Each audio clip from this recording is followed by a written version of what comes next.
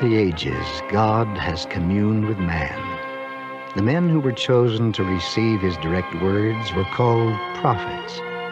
After centuries of darkness and apostasy from Christ's teachings, God once again chose to reveal himself to mankind.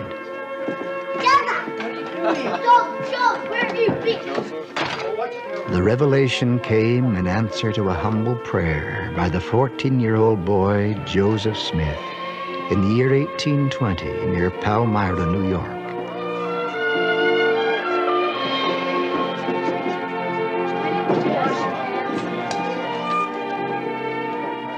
This is the story of the visitation of God the Father and his Son Jesus Christ to the boy prophet Joseph, as told in his own words.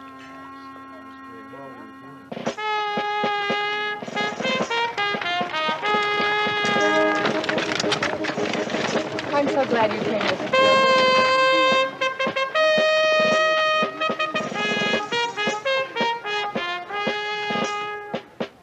In my 15th year, there was in the place where we lived an unusual excitement on the subject of religion that became general among all the sects in that region of the country. We'll have the good pleasure of hearing from one of the finest preachers in the state of New York, Reverend Bailey.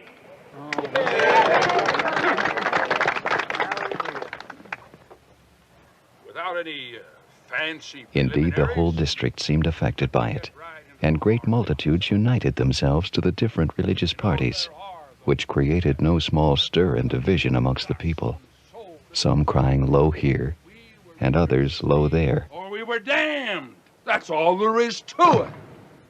Saved or damned?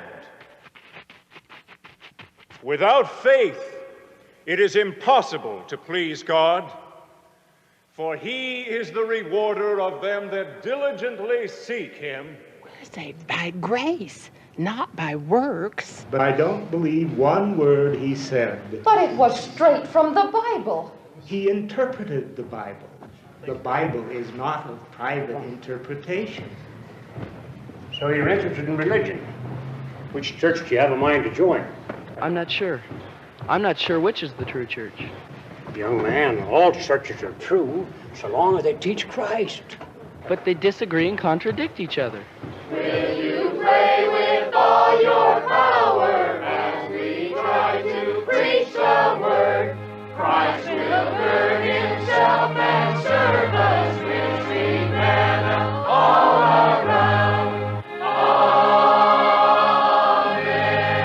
Amen. Right now is the time for you to declare your faith by baptism as to whose side you are really on. The Lord's or the devil's? I'm a sinner. I need the Lord. Brother, I want to give my soul to Christ. oh yes. I believe. During this time of great excitement, my mind was called up to serious reflection and great uneasiness, considering that all could not be right, and that God could not be the author of so much confusion. I determined to investigate the subject more fully. One Lord, one faith, and one baptism. One baptism. Not three different ways. It says right here, one faith. But why do all the churches differ so much? And if the truth is in the Bible, why do they interpret the same scripture to mean so many different things? And if there's one Lord, and one faith, and one baptism, why are there so many churches? Hiram, Samuel, look out of the way. Here comes the tree. Look out of the way. So great were the confusion and strife among the different denominations that it was impossible for a person young as I was, and so unacquainted with men and things, to come to any certain conclusion who was right and who was wrong. But though my feelings were deep and often poignant, still I kept myself aloof from all these parties. though I attended their several meetings as often as occasion would permit. While I was laboring under the extreme difficulties caused by the contests of these parties of religionists, I was one day reading the Epistle of James, 1st chapter and 5th verse. If any of you lack wisdom, let him ask of God, that giveth to all men liberally, and upbraideth not, and it shall be given him. But let him ask in faith, nothing wavering. If any of you lack wisdom, let him ask of God, that giveth to all men liberally, and upbraideth not, and it shall be given him. But let him ask in faith, nothing wavering. Never did any passage of Scripture come with more power to the heart of man than this did at this time to mine. It seemed to enter with great force into every feeling of my heart. I reflected on it again and again, knowing that if any person needed wisdom from God, I did.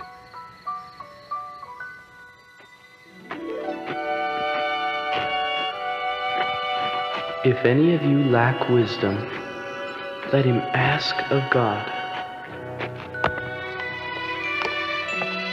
But let him ask in faith, nothing wavering.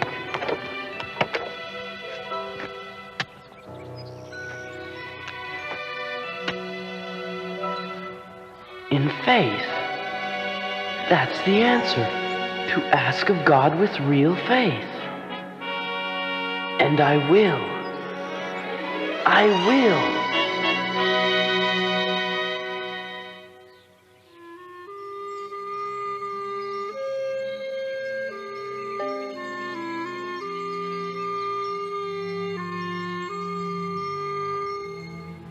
In accordance with my determination to ask of God, I retired to the woods to make the attempt.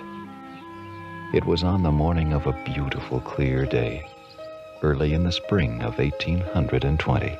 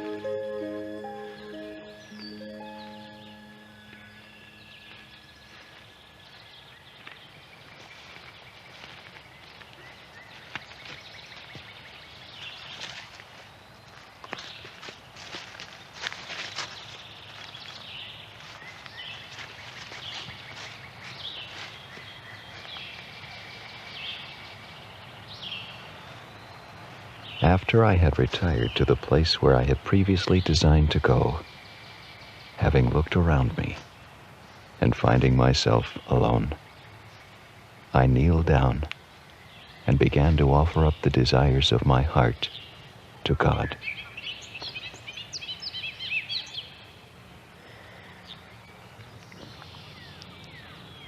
Our Father, which art in heaven,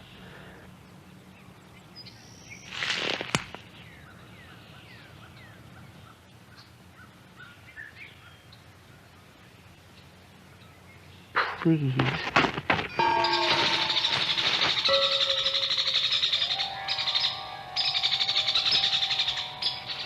I had scarcely done so when immediately I was seized upon by some power which entirely overcame me and had such an astonishing influence over me as to bind my tongue so that I could not speak.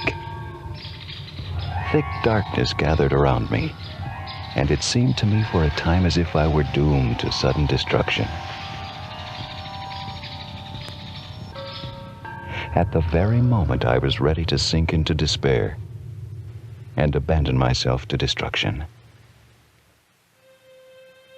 I saw a pillar of light exactly over my head, which descended gradually until it fell upon me.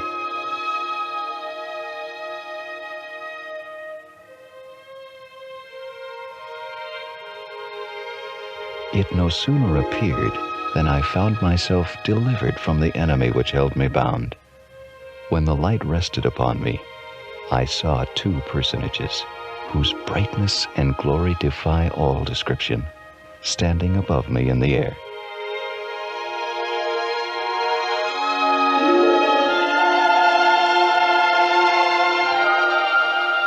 One of them spake unto me, calling me by name, and said, pointing to the other, "This is my beloved Son, hear him."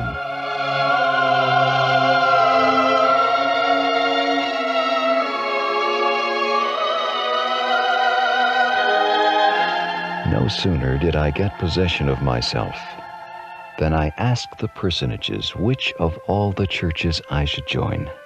I was answered that I must join none of them, for they were all wrong, and that none of them was acknowledged of God as his church and kingdom. And I was expressly commanded to go not after them, at the same time receiving a promise that the fullness of the gospel should at some future time be made known unto me.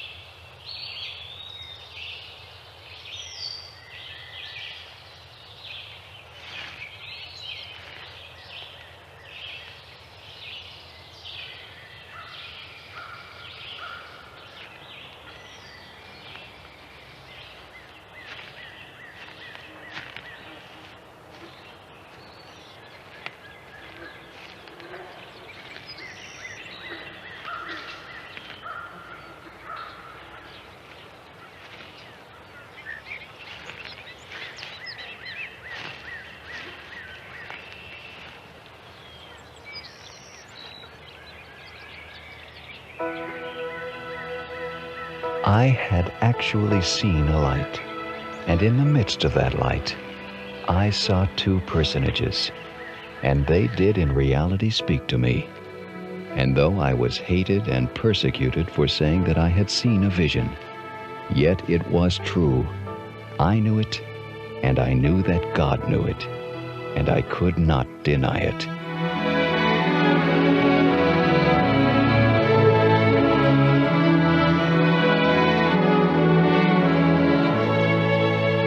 Once again, the Lord had parted the heavens and had spoken to Joseph as he had to Adam, Abraham, Moses, Paul, and others.